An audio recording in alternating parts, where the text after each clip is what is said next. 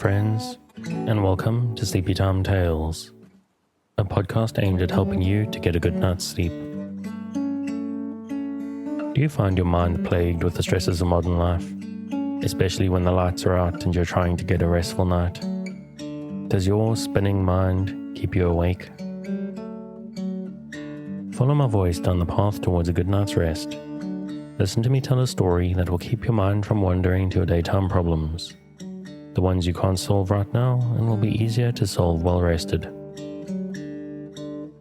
Listen to my voice and allow yourself to drift, following the twists and turns of the story, but slowly letting go and drifting into sleep.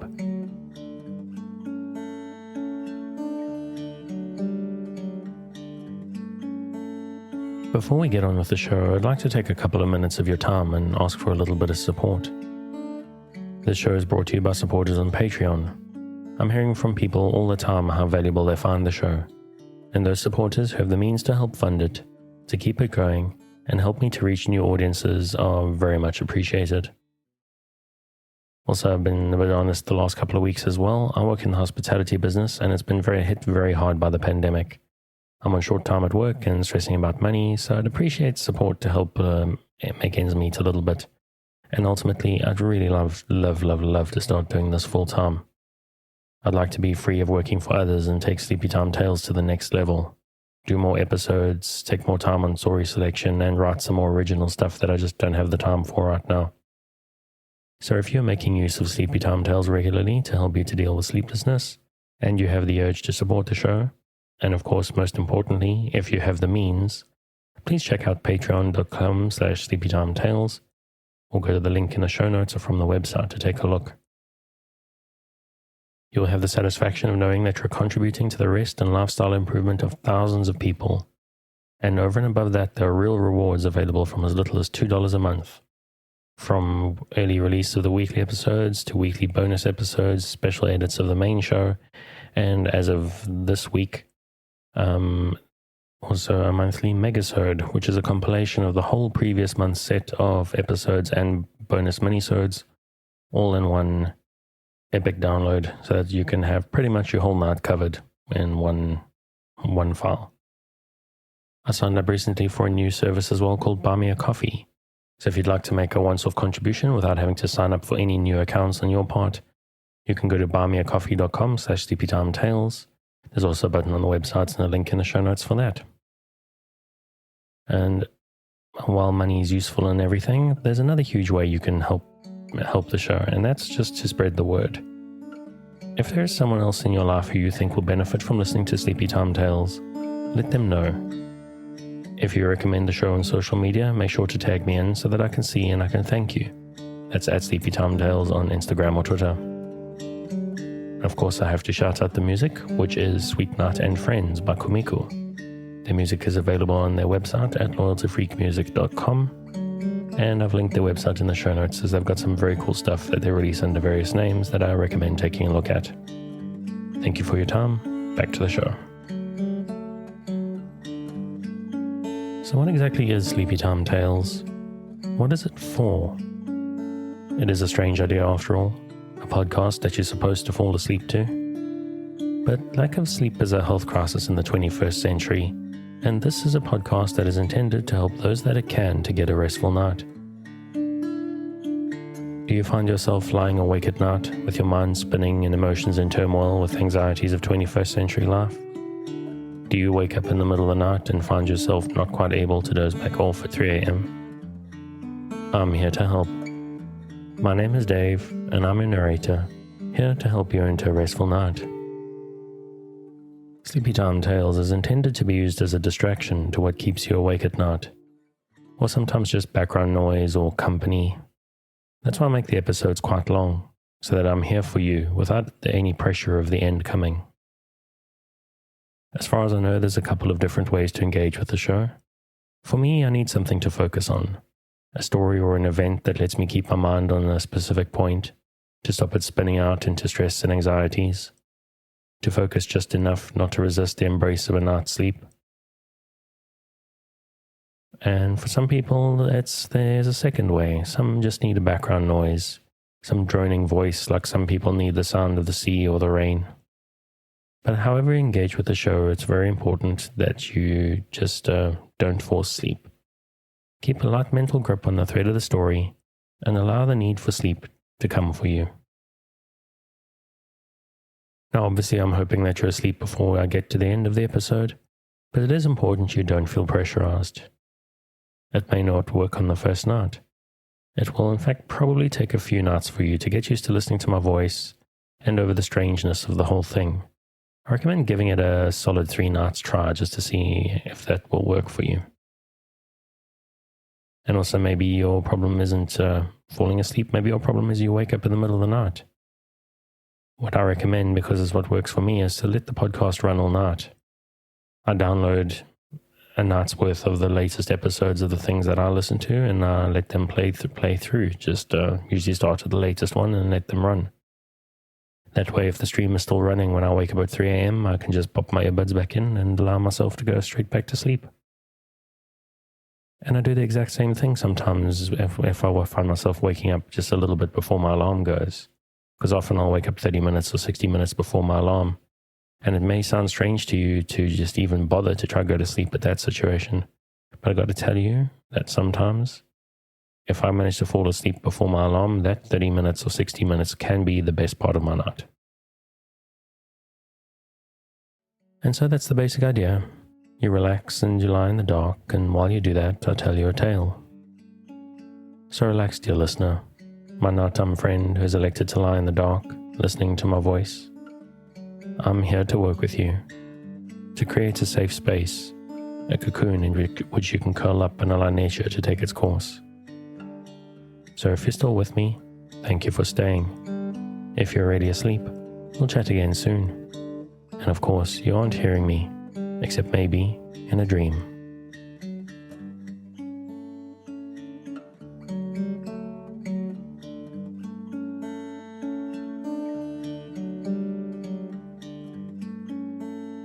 From A Princess of Mars by Edgar Burroughs. Chapter 3. My Advent on Mars. I opened my eyes upon a strange and weird landscape. I knew that I was on Mars. Not once did I question either my sanity or my wakefulness. I was not asleep. No need for pinching here. My inner consciousness told me as plainly that I was upon Mars as your conscious mind tells you that you are upon Earth. You do not question the fact. Neither did I. I found myself lying prone upon a bed of yellowish, moss-like vegetation, which stretched around me in all directions for interminable miles. I seemed to be lying in a deep circular basin along the outer verge of which I could distinguish the irregularities of low hills. It was midday. The sun was shining full upon me, and the heat of it was rather intense upon my naked body, yet no greater than would have been true under similar conditions on an Arizona desert. Here and there were slight outcroppings of quartz-bearing rock which glistened in the sunlight, and a little to my left, perhaps 100 yards, appeared a low-walled enclosure about 4 feet in height. No water and no other vegetation than the moss was in evidence, and as I was somewhat thirsty, I determined to do a little exploring. Springing to my feet, I received my first Martian surprise. For the effort, which on Earth would have brought me standing upright, carried me into the Martian air to the height of about 3 yards. I lighted softly upon the ground, however, without appreciable shock or jar. Now commenced a series of evolutions which even then seemed ludicrous in the extreme. I found that I must learn to walk all over again, as the muscular exertion which carried me easily and safely upon Earth played strange antics with me upon Mars. Instead of progressing in a sane and dignified manner, my attempts to walk resulted in a variety of hops, which took me clear of the ground a couple of feet at each step, and landed me sprawlingly upon my face, or back at the end of each second or third hop. My muscles, perfectly attuned and accustomed to the force of gravity on Earth, played the mischief with me in attempting for the first time to cope with the lesser gravitation and lower air pressure on Mars. I was determined, however, to explore the low structure which was the only evidence of habitation in sight, and so I hit upon the unique plan of reverting to the first principles in locomotion: creeping. I did fairly well at this, and in a few moments had reached the low encircling wall of the enclosure. There appeared to be no doors or windows on the side nearest me, but as the wall was but 4 feet high, I cautiously gained my feet and peered over the top upon the strangest sight it had ever been given to me to see. The roof of the enclosure was of solid glass, about 4 or 5 inches in thickness, and beneath this were several hundred large eggs, perfectly round and snowy white. The eggs were nearly uniform in size, being about 2½ feet in diameter. 5 or 6 had already hatched, and the grotesque caricatures which sat blinking in the sunlight were enough to cause me to doubt my sanity. They seemed mostly head, with little scrawny bodies, long necks, and 6 legs. Or as I afterward learned, 2 legs and 2 arms with an intermediary pair of limbs, which could be used at will either as arms or legs. Their eyes were set at the extreme sides of their heads, a trifle above the center, and protruded in such a manner that they could be directed either forward or back, and also independently of each other, thus permitting this queer animal to look in any direction, or in 2 directions at once, without the necessity of turning the head. The ears, which were slightly above the eyes and closer together, were small cup-shaped antennae, protruding not more than 1 inch on these young specimens. Their noses were but longitudinal slits in the center of their faces, midway between their mouths and ears. There was no hair on their bodies, which were of a very light yellowish-green color. In the adults, I was to learn quite soon, this color deepens to an olive green, and is darker in the male than in the female. Further, the heads of the adults are not so out of proportion to their bodies as is the case of the young. The iris of the eyes is blood red, as in albinos, while the pupil is dark. The eyeball itself is very white, as are the teeth. These latter add a most ferocious appearance to an otherwise fearsome and terrible countenance, as the lower tusks curve upward to sharp points, which end about where the eyes of an earthly human beings are located. The whiteness of the teeth is not that of ivory, but of the snowiest and most gleaming of china. Against the dark background of their olive skins, their tusks stand out in a most striking manner, making these weapons present a singularly formidable appearance.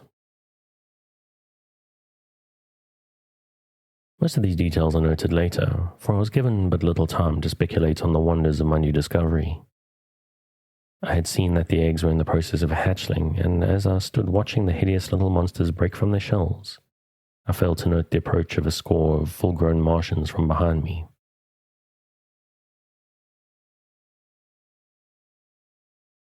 Coming as they did over the soft and soundless moss which covers practically the entire surface of Mars, with the exception of the frozen areas at the poles and the scattered cultivated districts, they might have captured me easily, but their intentions were far more sinister. It was the rattling of the accoutrements of the foremost warrior which warned me. On such a little thing my life hung that I often marvel that I escaped so easily. Had not the rifle of the leader of the party swung from its fastenings behind his saddle in such a way as to strike against the butt of his great metal-shod spear, I should have snuffed out without ever knowing that death was near me. But the little sound caused me to turn, and there upon me, not 10 feet away from my breast, was the point of that huge spear. A spear 40 feet long, tipped with gleaming metal and held low at the side of a mounted replica of the little devils I had been watching. But how puny and harmless they now looked besides this huge and terrific incarnation of hate, of vengeance and of death.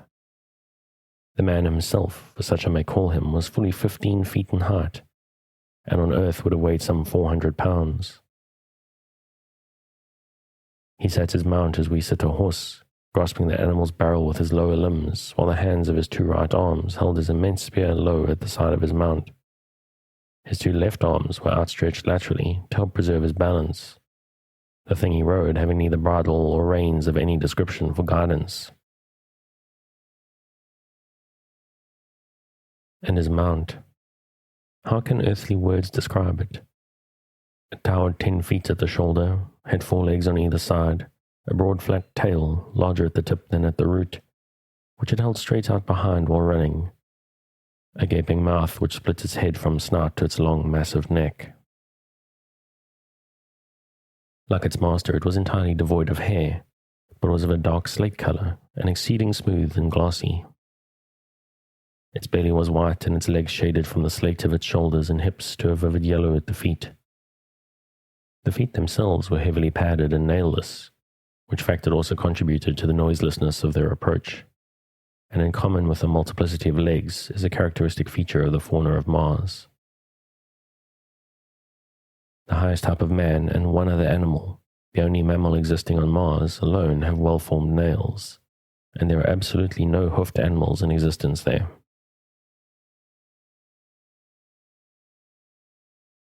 Behind this first charging demon trailed 19 others, similar in all respects, but as I learned later, bearing individual characteristics peculiar to themselves.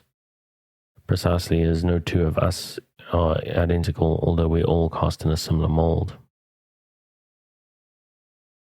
This picture, or rather materialized nightmare which I have described at length, made but one terrible and swift impression on me as I turned to meet it. Unarmed and naked as I was, my first law of nature manifested itself in the only possible solution to my immediate problem. And that was to get out of the vicinity of the point of the charging spear.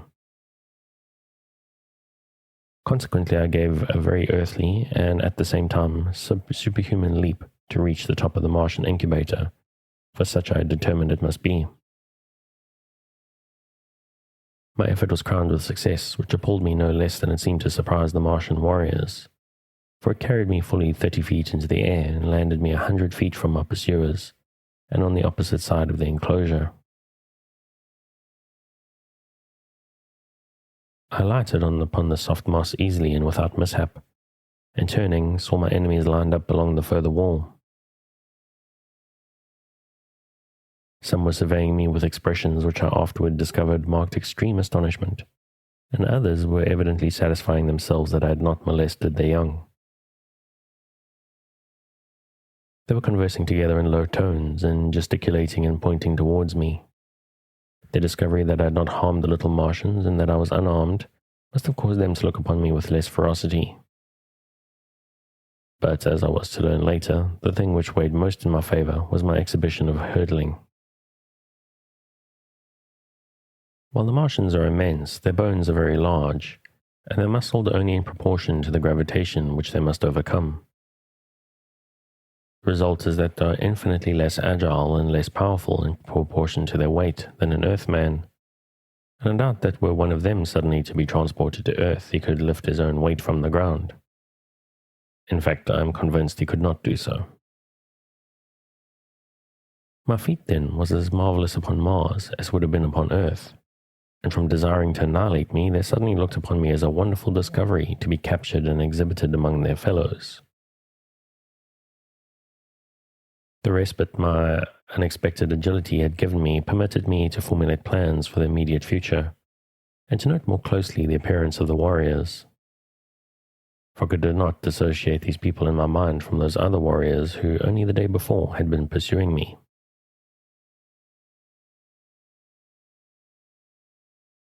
I noted that each was armed with several other weapons in addition to the huge spear which I have described. The weapon which caused me to decide against an attempted escape by flight was what was evidently a rifle of some description, and which I felt, for some reason, they were peculiarly efficient in handling. The rifles were of a white metal stocked with wood, which I learned later was very light and intensely hard growth, much prized on Mars, and entirely unknown to us denizens of Earth. The metal of the barrel is an alloy composed principally of aluminium and steel, which they have learned to temper to a hardness far exceeding that of the steel with which we are familiar.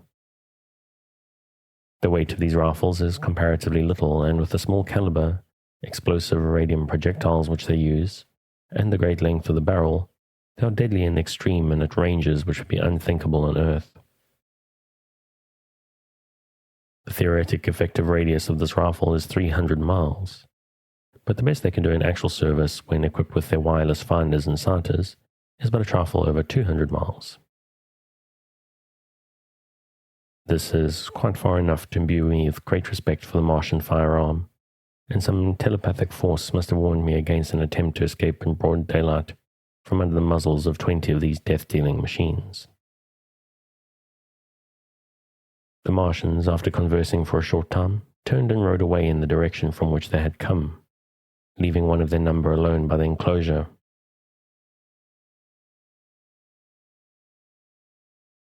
When they had covered perhaps 200 yards, they halted, and turning their mounts towards us, sat watching the warrior by the enclosure.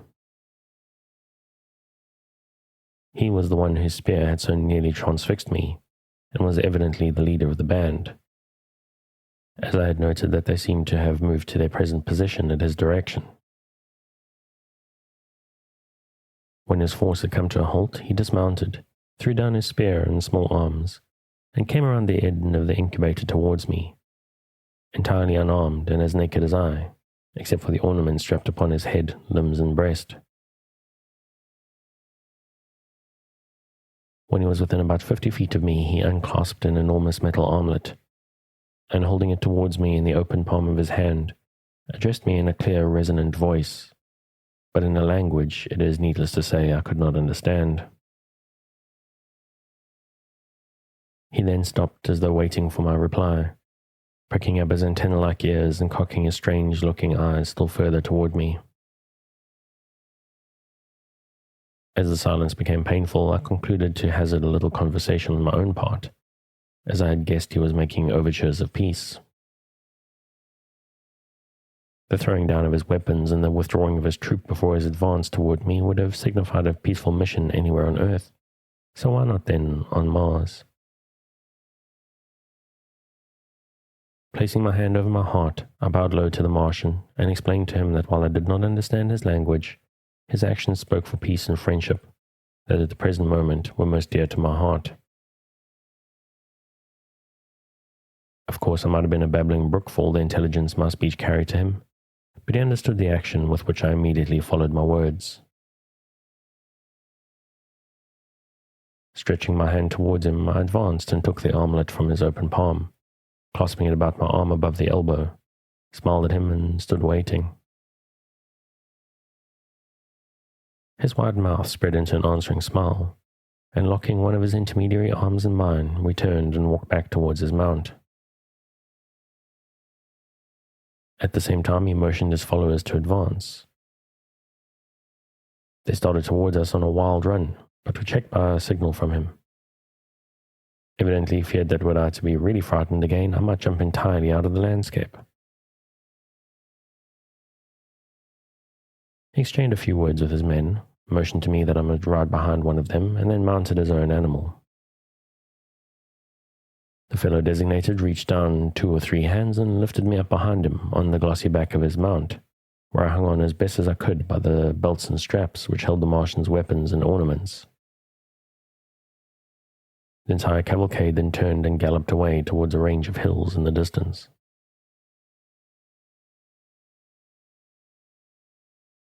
Chapter 4. A Prisoner. We had gone perhaps 10 miles when the ground began to rise very rapidly. We were, as I was later to learn, nearing the edge of one of Mars's long-dead seas, in the bottom of which my encounter with the Martians had taken place. In a short time we gained the foot of the mountains, and after traversing a narrow gorge came to an open valley, at the far extremity of which was a low tableland upon which I beheld an enormous city. Toward this we galloped, entering it by what appeared to be a ruined roadway leading out from the city, but only to the edge of the tableland, where it ended abruptly in a flight of broad steps. Upon close observation, I saw as we passed them that the buildings were deserted, and while not greatly decayed, had the appearance of not having been tenanted for years, possibly for ages. Toward the center of the city was a large plaza, and upon this, and the buildings immediately surrounding it, were camped some 900 or 1,000 creatures of the same breed as my captors. For such I now considered them, despite the suave manner in which I had been trapped.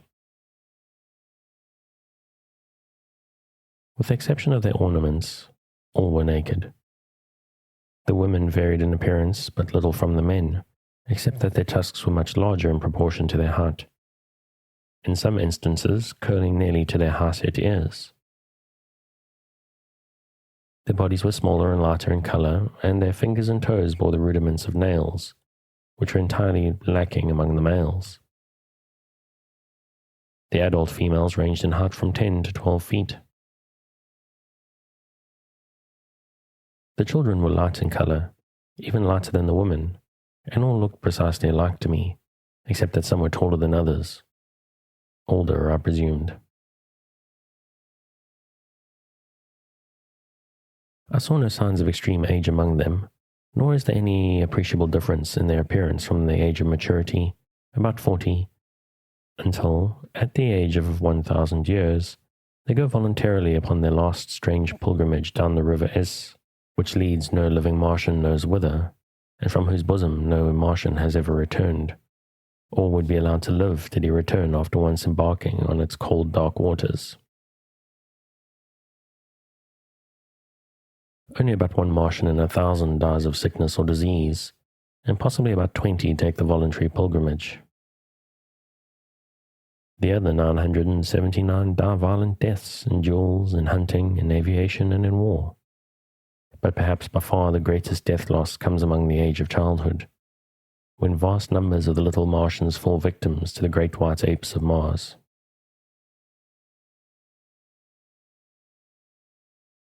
The average life expectancy of a Martian after the age of maturity is about 300 years, but would be nearer to the 1,000 mark were it not for the various means leading to violent death. Owing to the waning resources of the planet, it evidently became necessary to counteract the increased longevity which their remarkable skill in therapeutics and surgery produced, and so human life had come to be considered but lightly on Mars, as is evidenced by their dangerous sports and the almost continual warfare between the various communities. There are other and natural causes tending towards a diminution of population, but nothing contributes so greatly to this end as the fact that no male or female Martian is ever voluntarily without a weapon of destruction. As we neared the plaza and my presence was discovered, we were immediately surrounded by hundreds of the creatures who seemed anxious to pluck me from my seat behind my guard. A word from the leader of the party stilled their clamor, and we proceeded at a trot across the plaza to the entrance of as magnificent an edifice as mortal eye has rested upon. The building was low, but covered an enormous area. It was constructed of gleaming white marble inlaid with gold and brilliant stones which sparkled and scintillated in the sunlight.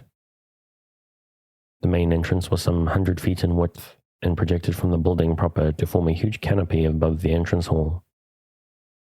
There was no stairway, but a gentle incline to the first floor of the building opened into an enormous chamber encircled by galleries. On the floor of this chamber, which was dotted with highly carved wooden desks and chairs, were assembled about 40 or 50 male Martians around the steps of a rostrum. On the platform proper squatted an enormous warrior, heavily loaded with metal ornaments, gay-colored feathers and beautifully wrought leather trappings, ingeniously set with precious stones. From his shoulders depended a short cape of white fur lined with brilliant scarlet silk. What struck me as most remarkable about this assemblage and the hall in which they were congregated was the fact that the creatures were entirely out of proportion to the desks, chairs, and other furnishings. These being of a size adapted to human beings such as I, whereas the great bulks of the Martians could scarcely have squeezed into the chairs. Nor was there room beneath the desks for their long legs. Evidently, then, there were other denizens on Mars than the wild and grotesque creatures into whose hands I'd fallen. But the evidence of extreme antiquity which showed all around me indicated that these buildings might have belonged to some long extinct and forgotten race in the dim antiquity of Mars. The party had halted at the entrance to the building, and at a sign from the leader, I had been lowered to the ground. Again locking his arm in mine, we had proceeded into the audience chamber. There were few formalities observed in approaching the Martian chieftain. My captor merely strode up to the rostrum, the others making way for him as he advanced. The chairman rose to his feet and uttered the name of my escort, who in turn halted and repeated the name of the ruler, followed by his title. At the time, this ceremony and the words they uttered meant nothing to me, but later I came to know that this was the customary greeting between Green Martians. Had the men been strangers and therefore unable to exchange names, they would have silently exchanged ornaments. Had the missions been peaceful, otherwise they would have exchanged shots or fought out the introduction with some of their various weapons. My captor, whose name was Tarkus, was virtually the vice-chieftain of this community, and a man of great ability as a statesman and warrior. He evidently explained briefly the evidence connected with his expedition, including my capture, and when he had concluded, the chieftain addressed me at some length. I replied in our good old English tongue merely to convince him that neither of us could understand the other, but I noticed that when I smiled slightly on concluding, he did likewise. This fact, and the similar occurrence during my first talk with Tarkus, convinced me that we had at least something in common: the ability to smile, therefore to laugh, denoting a sense of humor.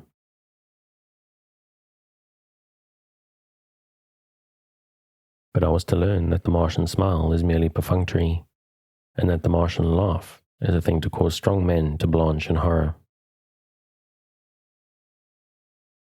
The ideas of humor among the green men of Mars are widely at variance with our conceptions of incitants to merriment.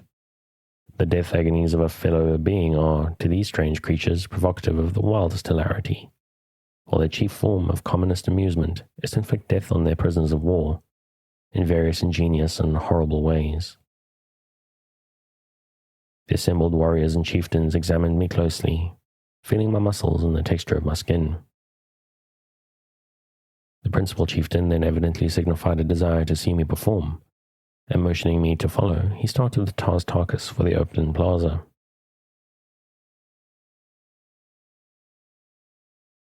Now, I had made no attempt to walk since my first signal failure, except while tightly grasping Tarkus's arm, and so now I went skipping and flitting about among the desks and chairs like some monstrous grasshopper. After bruising myself severely, much to the amusement of the Martians, I again had recourse to creeping, but this did not suit them, and I was roughly jerked to my feet by a towering fellow who had laughed most heartily at my misfortunes.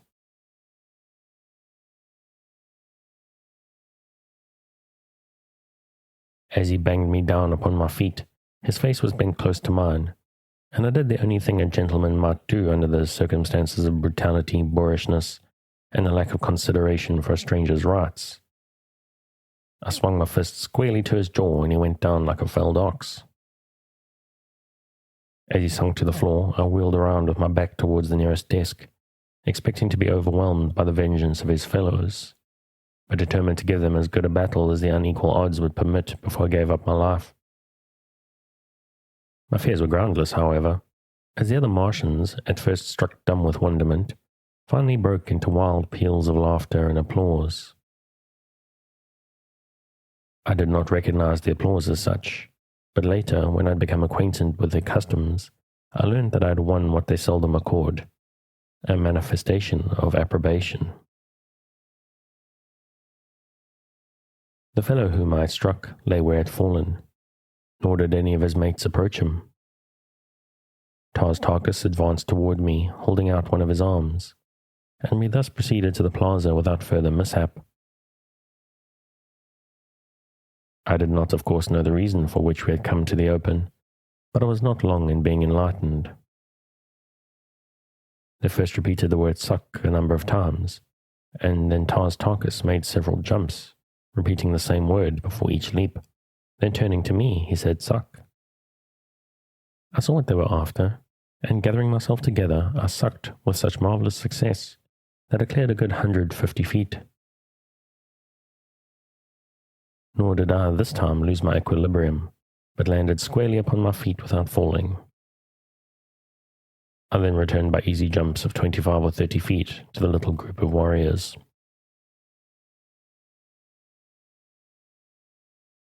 My exhibition had been witnessed by several hundred lesser Martians, and they immediately broke into demands for repetition, which the chieftain then ordered me to make.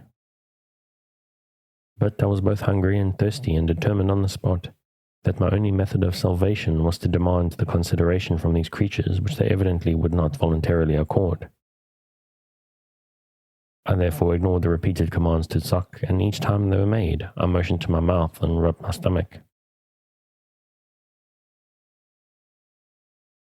Tarkus and the chief exchanged a few words, and the former, calling to a young female among the throng, gave her some instructions and motioned me to accompany her. I grasped her proffered arm, and together we crossed the plaza towards a large building on the far side. My fair companion was about 8 feet tall, having just arrived at maturity, but not yet to her full height.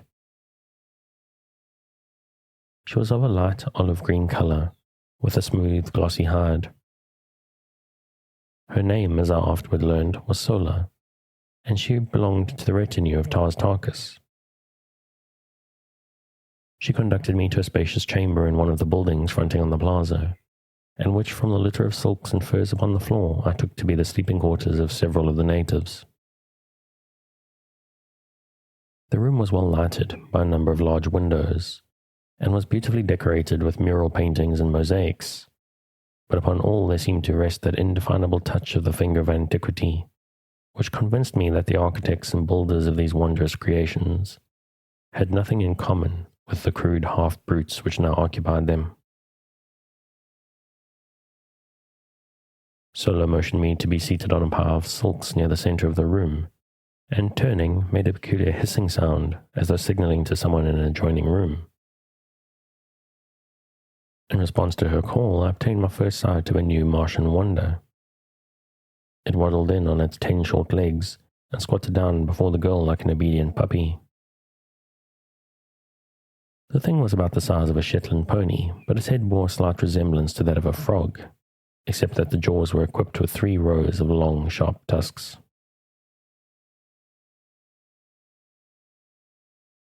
Chapter 5. I Elude My Watchdog.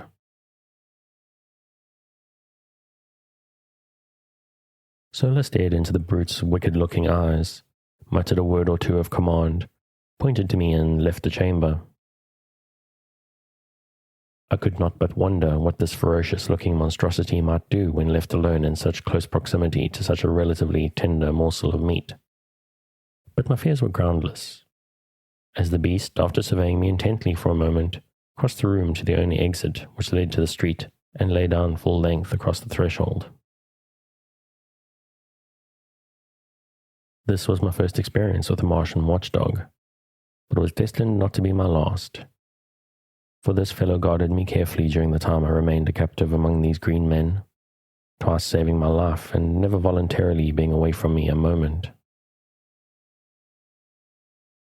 While Sola was away, I took occasion to examine more minutely the room in which I found myself captive. The mural painting depicted scenes of rare and wonderful beauty. Mountains, rivers, lake, ocean, meadow, trees and flowers, winding roadways, sun-kissed gardens. Scenes which might have been portrayed earthly views but for the different colorings of the vegetation. The work had evidently been wrought by a master hand, so subtle the atmosphere, so perfect the technique. Yet nowhere was there a representation of a living animal, either human or brute, by which I could guess at the likeness of these other and perhaps extinct denizens of Mars. While I was allowing my fancy to run riot in wild conjecture on the possible explanation of the strange anomalies which I had so far met with on Mars, Sola returned, bearing both food and drink. These she placed on the floor beside me, and seating herself a short ways off, regarded me intently. The food consisted of about a pound of some solid substance of the consistency of cheese and almost tasteless, while the liquid was apparently milk from some animal. It was not unpleasant to the taste, though slightly acid, and I learned in a short time to prize it very highly. It came, as I later discovered, not from an animal, as there is only one mammal on Mars, and that one very rare indeed, but from a large plant which grows practically without water, but seems to distill its plentiful supply of milk from the products of the soil, the moisture of the air, and the rays of the sun. A single plant of this species will give 8 or 10 quarts of milk per day. After I had eaten, I was greatly invigorated, but feeling the need of rest, I stretched out upon the silks and was soon asleep. I must have slept several hours. It was dark when I awoke, and it was very cold. I noticed that someone had thrown a fur over me, but it had become partially dislodged, and in the darkness I could not see to replace it. Suddenly a hand reached out and pulled the fur over me, shortly afterwards adding another one to my covering. I presumed that my watchful guardian was Sola, nor was I wrong.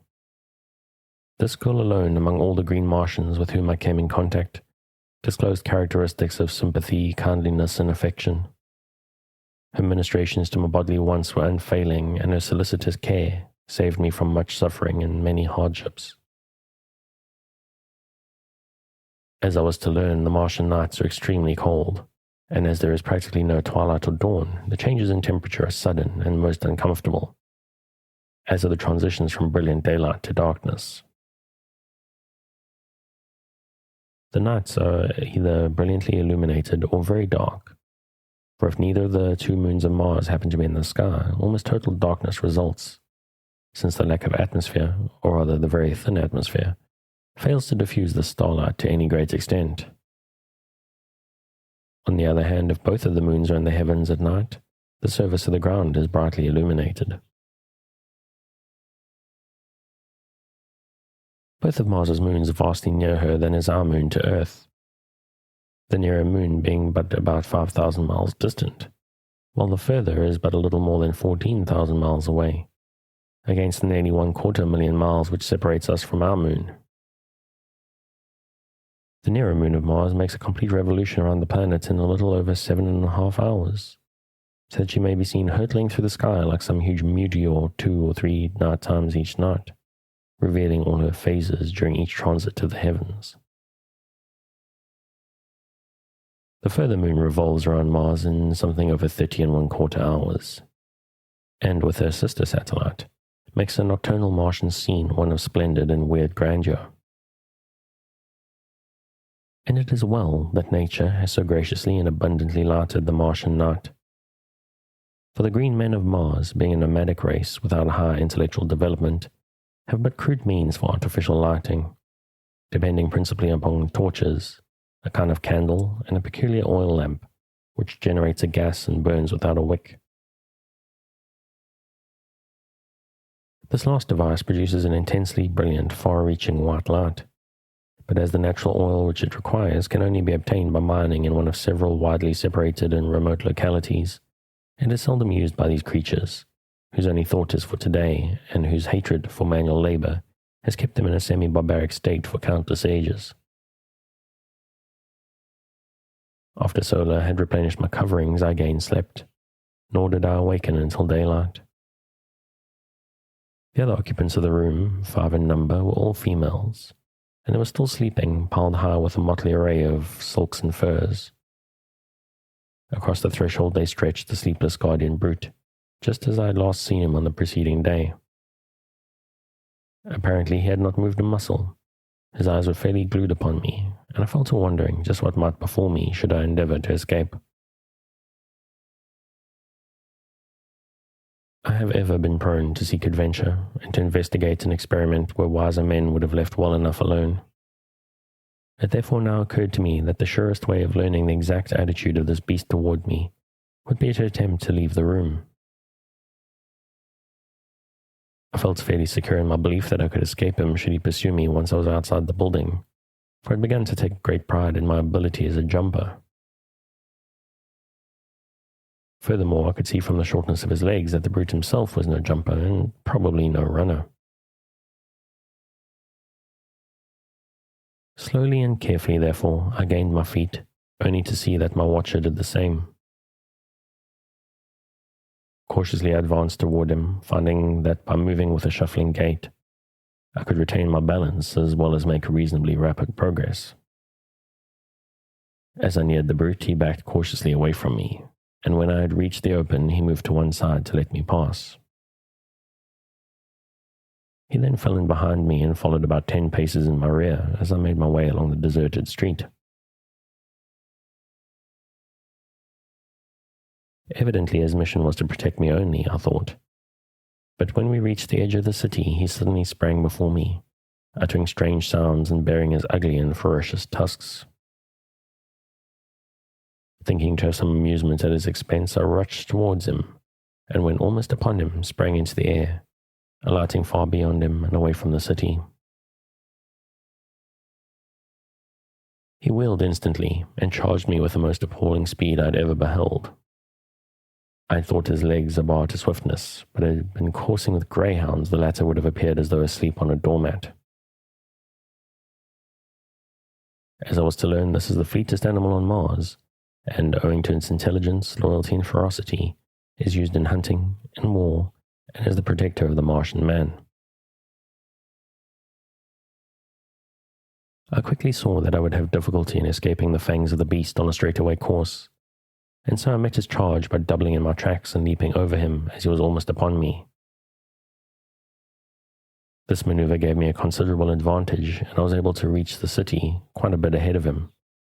And as he came tearing up after me, I jumped for a window about 30 feet from the ground in the face of one of the buildings overlooking the valley.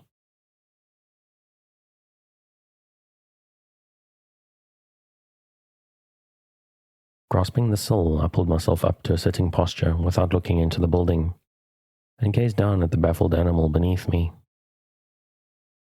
My exultation was short-lived, however, for scarcely had I gained a secure seat upon the sill, than a huge hand grasped me by the neck from behind and dragged me violently into the room. Here I was thrown upon my back, and beheld standing over me a colossal ape-like creature, white and hairless, except for an enormous shock of bristly hair upon its head.